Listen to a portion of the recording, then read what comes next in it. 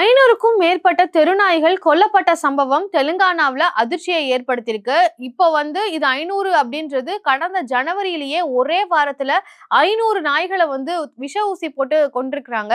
இப்போ மீண்டும் அந்த சம்பவம் ரிப்பீட் ஆகி கிட்டத்தட்ட 100 தெருநாய்களை விஷ ஊசி செலுத்தி கொலை செய்யப்பட்டிருக்கு. இதுக்கு என்ன காரணம் அப்படின்றத பத்தி தான் இந்த காணொலியில நம்ம விரிவா பார்க்க போறோம். தெலுங்கானாவை பொறுத்த வரைக்கும் இப்போ ரேவந்த் ரெட்டியினுடைய காங்கிரஸ் ஆட்சி தான் நடந்துட்டு இருக்கு. காமரெட்டி அப்படின்ற ஒரு மாவட்டத்துல தான் ஜனவரியில ஒரு வாரத்திலேயே 500 தெருநாய்களை விஷ ஊசி செலுத்தி கொலை பண்ணிருக்கிறாங்க. இப்போ இந்த ஒரு சம்பவமானது போலீஸ்ல புகாராக போய் அது மட்டும் இல்லாம மக்கள் மத்தியிலும் இது பெரிய அதிர்ச்சியை ஏற்படுத்தி இருக்கு. விலங்கு பாதுகாவலர்கள் கிட்ட இதை பற்றின ஒரு கேஸும் போய் அவங்க போலீஸ்ல இந்த கேஸை கொடுத்து இப்போ இந்த வழக்கானது விசாரணையானது பண்ணப்பட்டு இருக்கு. இதை செய்யறதுக்கான ஒரு மோட்டிவும் இருக்கு. என்ன அப்படின்னு பாத்தீங்கன்னா, தெலுங்கானாவுல பாத்தீங்கன்னா கடந்த சில மாதங்களாகவே 1000க்கும் மேற்பட்ட தெருநாய்கள் கொல்லப்பட்டு இருக்கு. குறிப்பா சில இடங்கள்ல பஞ்சாயத்து கிராமங்கள்ல தேர்தல் நடந்தது. அப்போ அந்த வேட்பாளர்கள் மக்களுக்கு கொடுத்த தேர்தல் வாக்குறுதி என்ன அப்படின்னு பாத்தீங்கன்னா, நாய்கள் மற்றும் குரங்குகளினுடைய தொல்லைகளை நாங்க முழுமையாக கிளியர் பண்ணிடுவோம், அந்த தொல்லைகள் இல்லாம நாங்க பார்த்துப்போம் அப்படின்னு வாக்குறுதிகள் கொடுத்திருக்காங்க. அப்படி கொடுத்த வேட்பாளர்கள் பஞ்சாயத்து கிராமத்துல பஞ்சாயத்தினுடைய செயலராக தேர்ந்தெடுக்கப்பட்டவர்கள் அவங்களுடைய வாக்குறுதிகளை நிறைவேற்றுவதற்காகவே அரசாங்க தொடர்பு இல்லாம மறைமுகமாக நபர்களை நியமனப்படுத்தி அவர்களை விஷ ஊசி போட்டு இப்படி நாய்களை கொல்லணும் அப்படின்னு சொல்லி முடிவெடுத்து இப்படி கிட்டத்தட்ட 500, 200, 1000 நாய்களை கொலை செஞ்சிட்டு இருக்காங்க தெலுங்கானாவுல. இந்த நிலையில தான் 7ஆம் தேதி ஏற்கனவே ஜனவரியில ஒரு வாரத்திலேயே 500 நாய்கள் கொல்லப்பட்ட நிலையில மீண்டும் அதே சம்பவம் மஞ்சேரியல் மாவட்டத்தை சேர்ந்த கிஷ்டாபூர் கிராமத்துல 7ஆம் தேதி கிட்டத்தட்ட 100க்கும் மேற்பட்ட நாய்கள் விஷ ஊசி செலுத்தி கொல்லப்பட்டு ஆற்றங்கரையோரம் புதைச்சு வச்சிருக்கிறாங்க. அந்த பாடி எல்லாம் நாய்களினுடைய உடல்கள் தெரிய இப்போ இது பெரிய பரபரப்பை ஏற்படுத்தி இந்த கேஸ் ஆனது போலீசார் கிட்ட போய் விசாரணையும் பண்ணப்பட்டு இருக்கு. விசாரணையில போலீசார் யார இது பண்ணிருக்காங்க அப்படின்றத கண்டுபிடிச்சிருக்காங்க. அதே சமயம் விலங்குகளினுடைய நல ஆர்வலர்கள் போலீசார் கிட்ட அந்த கிஷ்டாபூர் கிராமத்தினுடைய செயலர் மற்றும் தலைவர் மேல புகார் கொடுத்திருக்காங்க.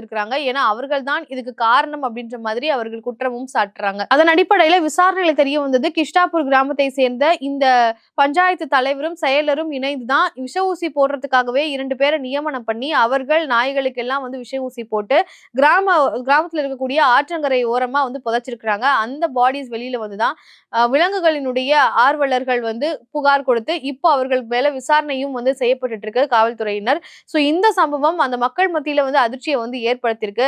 தெருநாய்கள் இப்ப ஏற்கனவே தமிழ்நாட்டிலையும் அது ஒரு மிகப்பெரிய பேசும் பொருளா மாறுச்சு.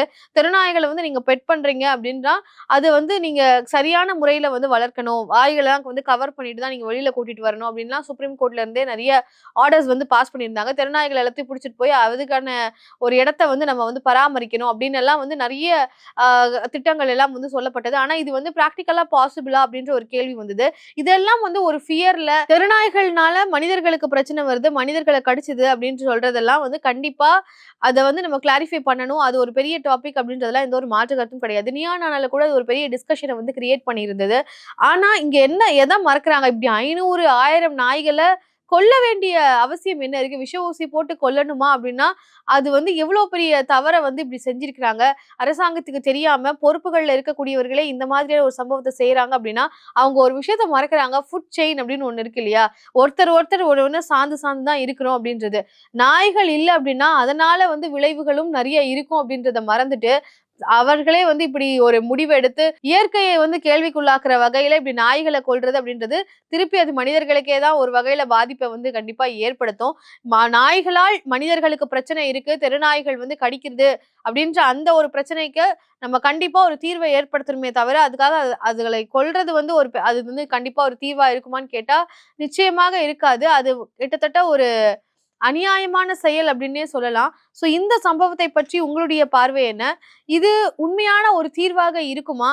இப்படியெல்லாம் வாக்குறுதிகள் குறித்து மக்கள் மத்தியில வெற்றி பெற்றதுனால அவங்க வாக்குறுதிகளை நிறைவேற்றணும்னு சொல்லி இந்த மாதிரியான ஆக்ஷன்ஸ் எல்லாம் எடுக்கிறது முட்டாள்தனமாகத்தான் பார்க்க முடியுது.